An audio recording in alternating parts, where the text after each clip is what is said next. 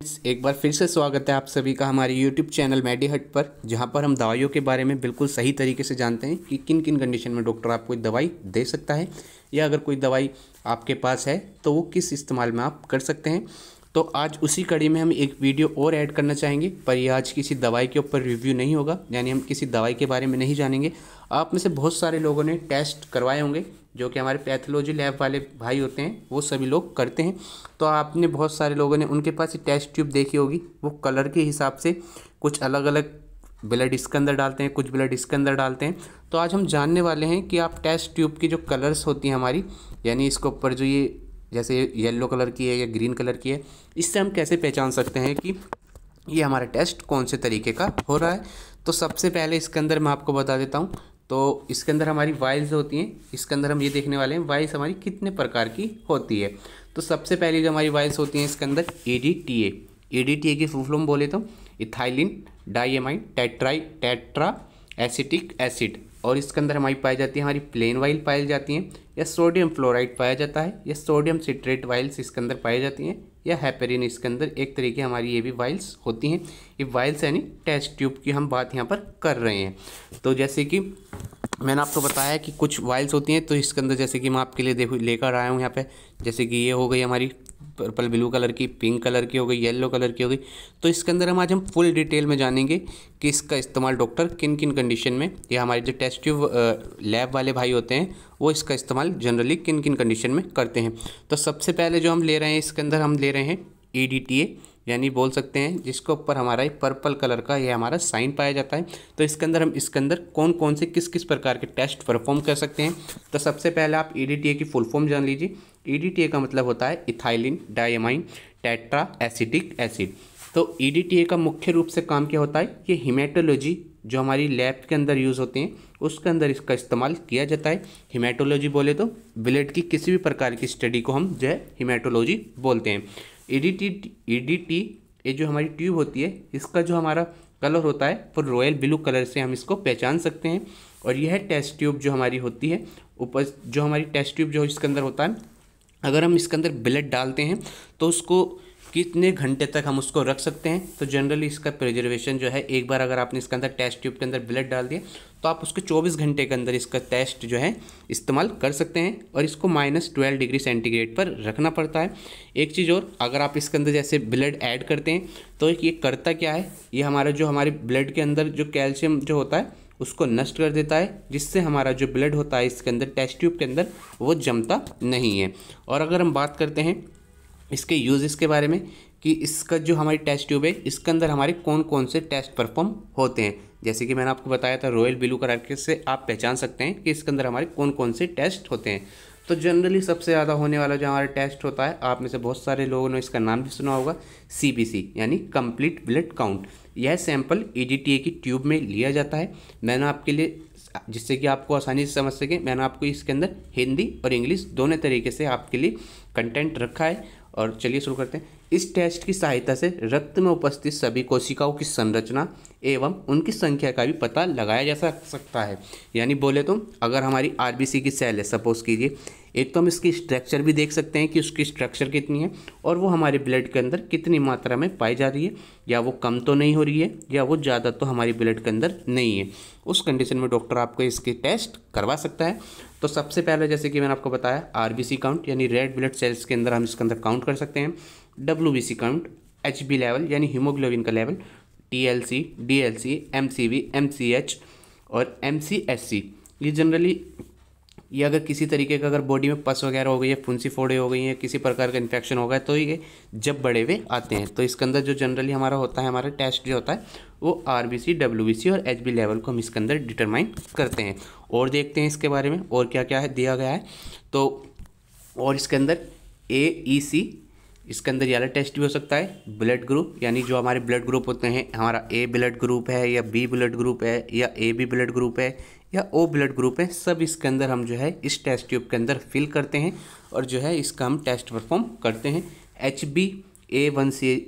HbA1c test, ये क्या है इसके अंदर, जैसे कि इसके अंदर लिखा है ग्लाइकेटेड हीमोग्लोबिन, यानी जो हमारे पिछले 3 महीने गए हैं, अगर किसी पेशेंट को शुगर है तो उसके अंदर हम जो है ब्लड के अंदर टेस्ट इसका अंदर आसानी से देख सकते हैं कि उसके जो पिछले 3 महीने गए हैं उसके अंदर ब्लड का उसके अंदर लेवल किस तरीके का रहा है। कहीं ब्लड का मतलब ग्लूकोज का लेवल ज़्यादा तो नहीं हो गया या कम तो नहीं हो गया, सब चीज़ इसके अंदर हम आसानी से देख सकते हैं।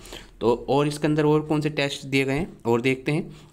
एक इसके अंदर दे रखा है ESR, यानी इसके अंदर इरिथ्रोसाइट सेडिमेंटेशन रेट, यानी जो हमारी रेड ब्लड सेल्स हैं वो कितनी सेडिमेंटेशन का मतलब होता है जमना नीचे की तरफ, तो वो RBC हमारी कितनी देर में हमारी जम रही है, या ये सब चीज़ इसके अंदर हम देख सकते हैं। CBC हमने जैसे कि आपको पहले ही बता दिया है। TLC टोटल ल्यूकोसाइट काउंट, यानी ल्यूकोसाइट बोले तो WBC बोलते हैं।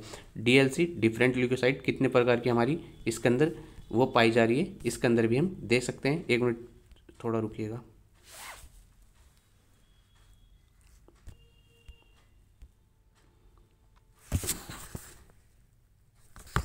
हाँ, तो थोड़ा दिक्कत हो गई थी, सॉरी, उसके लिए माफ़ी चाहेंगे। और चलिए अब और इसका इस्तेमाल जो है किन कंडीशन में डॉक्टर आपको इस्तेमाल कर सकता है, तो जैसे कि DLC मैंने आपको बता ही दिया था। एक इसके अंदर हमारा मलेरिया की कंडीशन में भी डॉक्टर इसका इस्तेमाल होता है। मलेरिया जो हमारा माइक्रो ऑर्गेनिज्म होता है, तो इसके अंदर हम कैसे कर सकते हैं। जो मलेरिया जो होते हैं इसके अंदर जो पैरासाइट होते हैं वो हमारे ब्लड के अंदर ही हमारे पाए जाते हैं, तो इसी तरीके से हम इसका भी इस्तेमाल यहाँ पर कर सकते हैं। ठीक है, अब चलते हैं दूसरी वाइल्स के ऊपर कि और कौन कौन सी वाइल्स हमारी देखने को मिलती हैं यहाँ पे। तो इसके अंदर हमारी जो वाइल आती है हमारी पिंक EDTA, यानी जैसे कि उसके अंदर तो हमारा कौन सा था, ये ब्लू कलर का था हमारा, रॉयल ब्लू कलर, जिससे हम पहचान सकते थे कि उसके अंदर कौन कौन से हम टेस्ट परफॉर्म कर सकते हैं। अब इसके अंदर जो हमारी पिंक EDTA होती है इसके अंदर हम कौन कौन से टेस्ट परफॉर्म कर सकते हैं, चलिए देखते हैं। तो इसके अंदर सबसे पहले cross matching, GSP, combos test भी इसके अंदर हम आसानी से कर सकते हैं। अगर हम दूसरे और किसके बारे में बात करते हैं, अगर हम दूसरी और टेस्ट ट्यूब के बारे में बात करते हैं, अगर हम बात करते हैं येलो, अगर किसी के अंदर ब्लड सैंपल अगर कोई गिर रहा है तो उसके अंदर कौन कौन से हमारे जनरली टेस्ट हो सकते हैं, तो electrolytes, sodium, potassium, calcium, iron, इसकी हम चेक कर सकते हैं कि या परफॉर्म कर सकते हैं कि इसके अंदर हमारी बॉडी के अंदर जो सोडियम, पोटेशियम या कैल्शियम की है ये सब चीज़ कैसी है हमारी बॉडी के अंदर। बोन प्रोफाइल यानी कैल्शियम, फॉस्फेट, ये ALP, ये सब चीज़ इसके अंदर हम देख सकते हैं। एक इसके अंदर जो है हमारा ट्यूमर मार्कर भी इसके अंदर हम ही चेक करते हैं, जैसे कि PSA, prostate specific antigen, CE, ये हमारा जो है कार्निक एम्ब्रियोनिक एंटी एजेंट, या CA-125 कैंसर एजेंट, इसके बारे में जानेंगे हम। CA-125 जो है जनरली जो है हमारा ओवरी के अंदर अगर किसी प्रकार का कैंसर हो गया है तो उसके डिटरमाइन के लिए हम इसका इस्तेमाल करते हैं। और जो हमारा दूसरा है इसके अंदर CA-19 कैंसर 19-9, इसका टेस्ट भी इसके अंदर हम कर सकते हैं। टॉक्सिकोलॉजी इसका इस्तेमाल करते हैं। Immunology, vitamin D, vitamin B12, यानी अगर इनमें से कोई सा भी टेस्ट है तो आप इसके द्वारा इस टेस्ट ट्यूब के अंदर ब्लड लीजिए और आप आसानी से टेस्ट कर सकते हैं। ठीक है, अब आ जाते हैं हम दूसरी वाइल्स के ऊपर कि और कौन सी वाइल्स हैं। मैं आपको बता दे रहा हूँ कि आप आसानी से समझ सकते हैं, मैंने इसलिए हिंदी और इंग्लिश दोनों के अंदर रखा है। ये जो हमारी रेड ट्यूब होती है, यानी जो हमारी रेड टेस्ट ट्यूब होती है, इसको हम देख के कैसे पहचान सकते हैं कि इसका इस्तेमाल किसके लिए किया जाता है। तो रेड ट्यूब जो होती है इसका जनरली इस्तेमाल सीरियोलॉजिकल टेस्ट की कंडीशन में कर सकते हैं। सीरियोलॉजी के अंदर कौन कौन से आते हैं हमारे, LFT हो गया, KFT हो गया, लिपिड प्रोफाइल हो गई, CRP, G6PD, ग्लूकोज 6 फॉस्फेट, या vitamin B12, vitamin D, iron profile, lipid profile, thyroid profile, Widal, dengue, CRP। अब आप देख सकते हैं कितने सारे इसके अंदर हमारे टेस्ट आ रहे हैं, तो आप बिल्कुल आसानी से इसके अंदर भी कोई सा भी टेस्ट इसके अंदर ले सकते हैं। तो आप इस चीज़ का ध्यान रखिएगा, अगर इनमें से किसी भी प्रकार के टेस्ट हैं तो वो इसके अंदर हमारे वाइल्स के अंदर जाते हैं। अगर आपको बिल्कुल जानना है कि LFT क्या होती है या KFT क्या होती है, तो सब चीज़ मैं इसकी एक प्रॉपर वीडियो बना दूंगा, आप वहाँ पर भी जाकर इसको देख सकते हैं। और अगर हम बात करते हैं ये जो हमारी ब्लू कलर की वाइल हो जाती है, इसका इस्तेमाल हम जनरली किस कंडीशन में कर सकते हैं, सोडियम सिट्रेट या लाइट ब्लू कलर जो इसके अंदर पाया जा रहा है, जैसे कि आप देख सकते हैं यहाँ पर इसके अंदर जो हमारा कंटेन होता है, यानी इसके अंदर सोडियम सिट्रेट जो है हमारा 0.5 ml जो है भरा होता है। और इस टेस्ट ट्यूब की अगर हम पहचान करें तो ये हल्के ब्लू कलर की होती है। अगर आप इसके अंदर किसी प्रकार का टेस्ट ले रहे हैं, यानी सैंपल ले रहे हैं, तो आप उसको 1 घंटे के अंदर उसके अंदर टेस्ट का आइडेंटिफिकेशन करना पड़ेगा। अगर आप 1 घंटे के अंदर आइडेंटिफिकेशन नहीं करते हैं तो वो जो हमारी टेस्ट ट्यूब होती है वो ख़राब हो जाती है। और इसके यूजेस की बात करें कि इसका इस्तेमाल डॉक्टर करता है कि वह PT यानी prothrombin time, APT activate partial prothrombin time, coagulation या डी माइनर। एक तरीके से बोल सकते हैं कि ब्लड के कोगुलेशन के अंदर किसी प्रकार की दिक्कत तो नहीं है, उसका इस्तेमाल हम इसके अंदर कर सकते हैं। अब चलिए आगे चलते हैं। फिर आ जाते हैं हम अपनी दूसरी टेस्ट ट्यूब के ऊपर। अगर आपको किसी भी वाइल के ऊपर ग्रे कलर का अगर ये दिख रहा है ग्रे कलर का, तो आप उसको कैसे पहचान सकते हैं कि इसका इस्तेमाल किन किन कंडीशन में कर सकते हैं। तो इस टेस्ट ट्यूब के अंदर अगर आप एक बार ब्लड सैंपल लेते हैं तो आप इसको 5 दिन तक प्रिजर्व रख सकते हैं, यानी उसके अंदर किसी प्रकार की दिक्कत नहीं आएगी। और यह एक प्रकार का एंटी गाइलोटिल एजेंट होता है, अर्थात ग्लूकोज की मात्रा को चेक करने में काफ़ी हेल्पफुल होता है। और पोटेशियम ऑक्सीलेट ये ब्लड को जो है हमारे रक्त को जमने नहीं देता है। अब इसके अगर हम यूज़ की बात करें कि इसका इस्तेमाल डॉक्टर करता क्यों है, तो इसका इस्तेमाल जो हमारी स्लेटी कलर की पाई जा रही है, इसका इस्तेमाल FBS fasting blood sugar, random blood sugar, post prandial blood sugar या ग्लूकोज टॉलरेंस टेस्ट। FBS यानी खाना खाने से जो पहले टेस्ट होता है, RBC यानी रैंडम ब्लड यानी कभी भी आप शुगर का टेस्ट जो करा लेते हैं उसे बोलते हैं, PBC खाना खाने के 1 या 1.5 घंटे बाद जो टेस्ट होता है उसे PBC की कैटेगरी में रखा जाता है। ग्लूकोज टॉलरेंस टेस्ट यानी इस हमारी बॉडी के अंदर या हमारे ब्लड के अंदर ग्लूकोज की लेवल कैसा है, ये उसको भी चेक करने में काफ़ी ज़्यादा हेल्पफुल होता है। अगर हम बात करते हैं हेपेरिन ट्यूब के बारे में, ये हमारी ग्रीन कलर की पाई जाती है, जैसे कि आप यहाँ पर देख सकते हैं। और जो है ये जैसे कि इस पर लिखा थोड़ा कटा हुआ है, this tube identified by dark green colour. यह इस ट्यूब के अंदर पहले ग्रीन कलर के द्वारा हम पहचान जा सकता है। This tube contain sodium heparin, इसके अंदर सोडियम हेपेरिन पाया जाता है। और इसका इस्तेमाल जनरली किन किन कंडीशन में कर सकता है, ammonia test, insulin test, immunological test, chromosomal study, bone marrow study, सब इसके अंदर हम टेस्ट परफॉर्म करते हैं कि हमारे ब्लड के अंदर ये सब चीज़ सही मात्रा में है या नहीं।